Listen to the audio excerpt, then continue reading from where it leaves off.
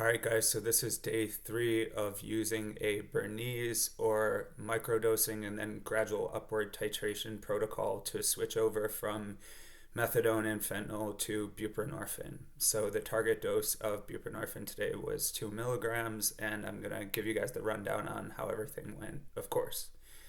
When I went in to see Nicole, the PA who I'm seeing to sort of oversee this whole process, first of all, I told her that I had lied about not using the night before when I had seen her yesterday, and pretty much as I knew, she would be. She was completely cool about it. She said, she understands how rough the process is. A lot of people don't complete it. As soon as they start feeling the Bupe hit their system, they're like, sayonara.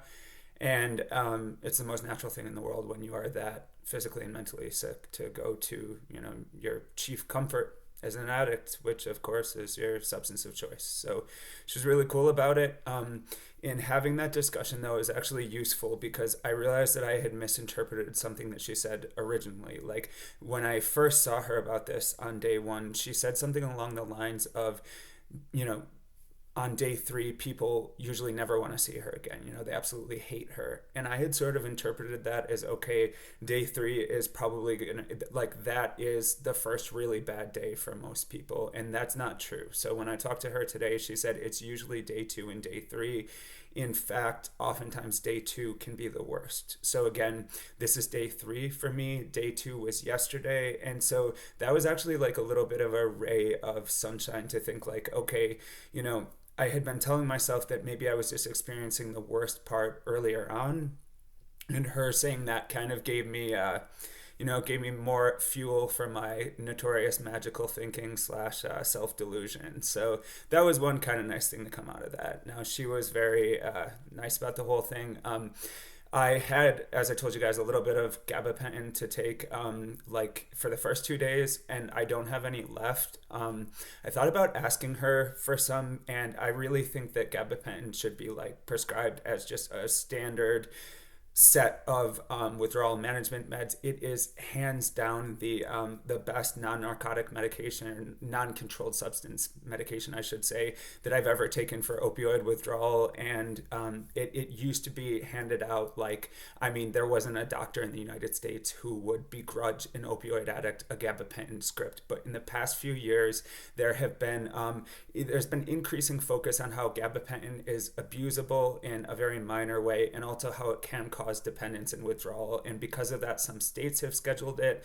Federal scheduling is probably coming soon, and practitioners are shifting away from it. So I thought about asking her for gabapentin, and I have a really hard time asking doctors for meds, even when I know that my reason is valid and that I'm not going to be abusing them. I don't know if it's because I was on the medical path and I have this weird, I don't know, I have this weird pride about not wanting to ask for something like that and then being shut down. And I also have that fear that every addicted patient knows, or even just a pain management patient, I'm sure, can identify with the fear of being labeled as someone who is just there to try to get some medication that's abusable from the provider. And so I almost never ask for it. I will go to the street before I will put myself in a position where I feel like I have to be uncomfortable asking a doctor or another medical practitioner for a med that could help me. So that is ridiculous, but that is also the truth. So anyway, I didn't ask her for that. I'm going to see someone else tomorrow because she's not there, and I think I'll see Nicole again on Friday. So I took the 2 milligrams of buprenorphine a little bit later today, around 10 o'clock. And again, I didn't have some crazy reaction, no immediate extreme physical symptoms that would indicate precipitated withdrawal. However, when I went for a walk again, and when I got back to my apartment, my older brother was there, and I said to him right away, he was trying to talk to me and asking me how I was feeling, and I told him, I feel like I'm tripping. And that was not an exaggeration. I felt like I had taken a psychedelic.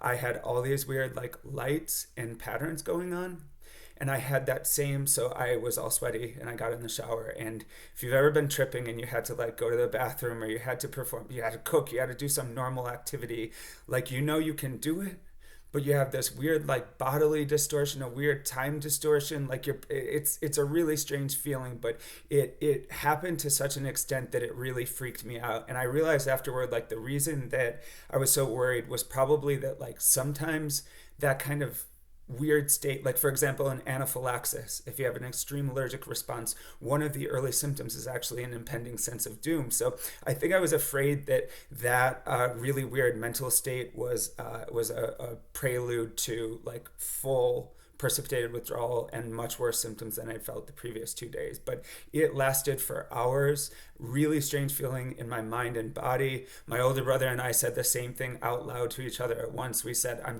being pulled in too many directions at once, neurobiologically. Like I've got methadone and fentanyl and buprenorphine, and they're all like trying to put their hands on the steering wheel. And because of that, like it's a really strange feeling. And it was actually, again, I've taken psychedelics, I've taken medications that really distort your mind and body, and this was one of the most uncomfortable sensations, sensations I should say, that I have felt in like my entire time altering my native state with mind altering substances. So it freaked me out a little bit, and I just laid down. I told myself like, it's weird, it's not bad, just like ease into it. Buprenorphine's a really strong med. Like yes, all of these substances are opioids, or we're talking specifically about them acting at the mu opioid receptor, although all opiates and opioids also have some effects at the delta and sometimes the kappa opioid receptors, but mainly it's the mu opioid receptor. But even different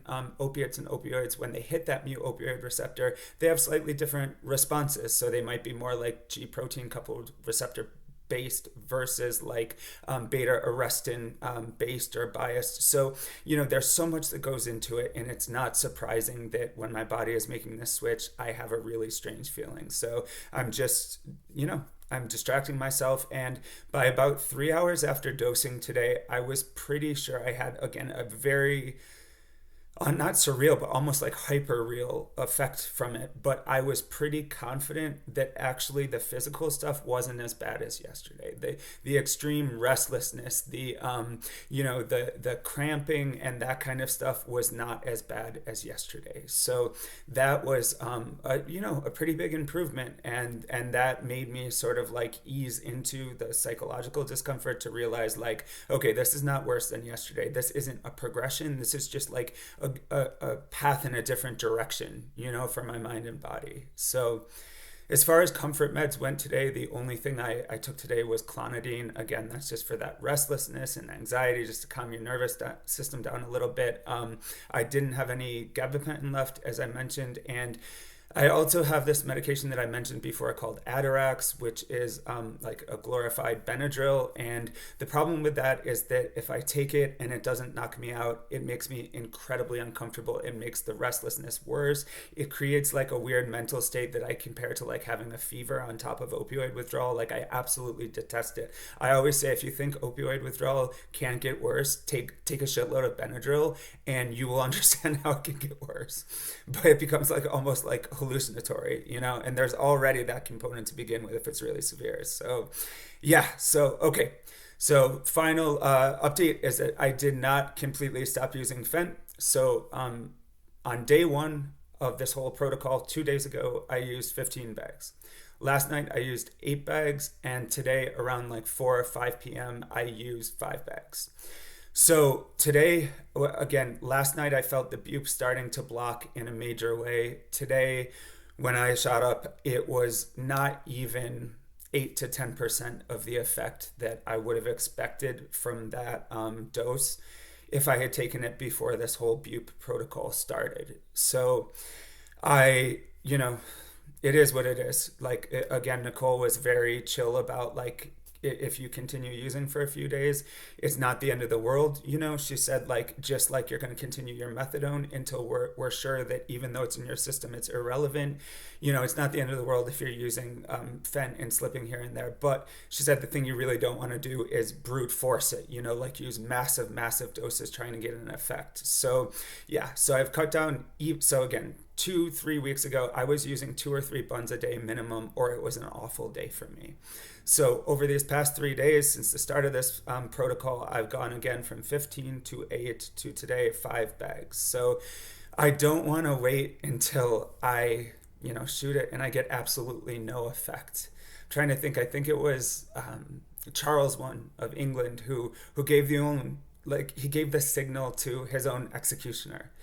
And I guess in this metaphor, my receptors are my executioner, but I want to give the signal. Like, I don't want to keep doing it like a lab rat over and over again until it just has no effect at all. I mean, on the one hand, that will extinguish those addictive cravings and compulsions, like, effectively. If that happened, it wouldn't be the end of the world, but I just don't like the idea of that. I really just, I want to do it on my own terms and feel like I have a little bit of, like, I don't know, dignity, which is a very rare commodity for me.